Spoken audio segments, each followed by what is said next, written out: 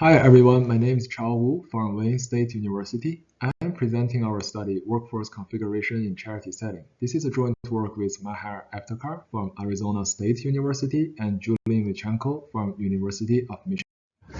Volunteers don't just serve, they are the backbones of many charities. In 2021, despite the pandemic, 63 million people in the US volunteered, contributing a total of 4.1 billion hours of service, equivalent to $195 billion worth of labor. A recent national survey on American nonprofits revealed that 4 out of 5 charities rely heavily on the service of volunteers. But these numbers are more than just statistics. Volunteers help feed families, rebuild communities, and transform lives. Without them, essential services would struggle to survive. However, managing a volunteer workforce is complex, with challenges like unreliable turnout, varying performance, and the need to balance engagement with future donations and team dynamics. Additionally, nonprofits often struggle with data quality and accessibility. To better capture these unique features of volunteer management, we collaborate with a large nonprofit organization, the Society of Seventh and Paul Phoenix, or SVDP, where we analyzed survey and quantitative data and conducted in-depth interviews with volunteer managers. Our focus is to investigate how many volunteers should be invited for each event. Next, we briefly explain the 5 unique features in volunteer management. From our discussions with volunteer managers, turnout uncertainty remains the biggest challenge in managing volunteers. Using SVDP's popular dinner service as an example, we tracked 54 consecutive events. The ideal number of volunteers is 9, but as shown in this table, the turnout often falls below 5 and oftentimes more than 20, 30 people. This is due to volunteers bringing friends and family without notifying the charity in advance.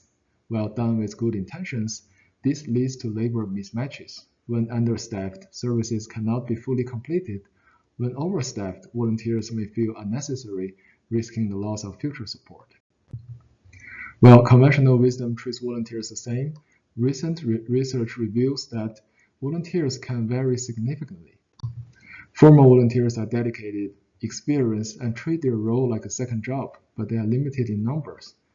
Episodic volunteers are the majority, but they are also more casual, less reliable, and often inexperienced. According to SVDP's data, 17% of the volunteers are formal, while 83% are episodic, with more than half of the episodic volunteers attending only once. While most charities consider volunteers valuable because of the free labor value, volunteers can also make monetary donations. Indeed, volunteering is the gateway drug to charitable giving. By dedicating time and effort, volunteers become personally invested in the cause, gain a deeper understanding of the charity, and feel empowered to make a difference. Experimental evidence shows that offering volunteer opportunities significantly increase subsequent donations, and we also observed a similar pattern in SVDP's historical data. Team dynamic also plays an important role in volunteer engagement. While former volunteers share a similar belief, form a group identity, and contribute more to the charity, episodic volunteers have diverse motivations. Survey results reveal that former volunteers love to work with their fellow volunteers and consider them as a second family. At the same time, they also complain that some volunteers are just here for fun and it is difficult to work with them. Therefore, teams with higher presence of former volunteers are more likely to develop a group identity, and this sense of ownership and belonging will result in greater donations than teams with more episodic volunteers. Last, data limitation is a common issue among charities. For instance, 76% of nonprofits do not have a clear data strategy. SVDP faces similar challenges, with about 40% of their data containing errors like negative or contradictory volunteering hours. From the charity perspective, investing in data management tools is often seen as overhead, potentially signaling inefficiency. Volunteer managers also hesitant to track volunteers, fearing it might make volunteers feel being judged.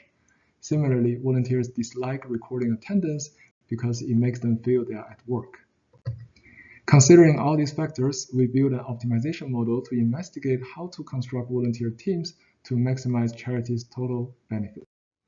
From a tactical standpoint, our results can be summarized in this table. The optimal solutions depend on the trade-off between labor cost and donation amount.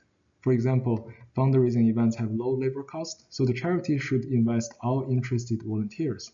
Building temporary shelters, on the other hand, have high understaffing costs but low overstaffing risks.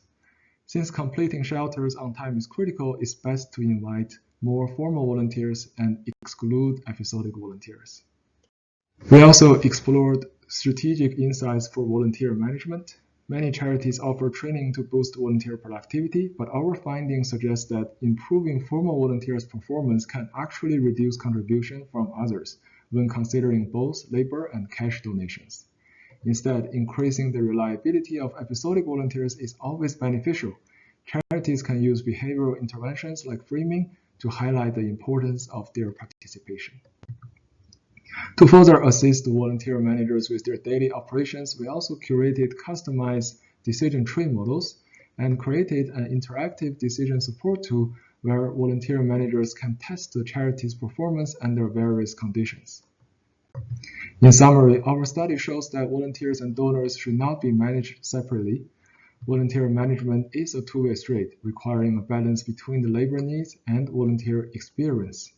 We also highlight that episodic volunteers deserve more investment and attention, as their donation potential is often underestimated. Thank you for watching and looking forward to your comments. You can also download the decision support tool at this website.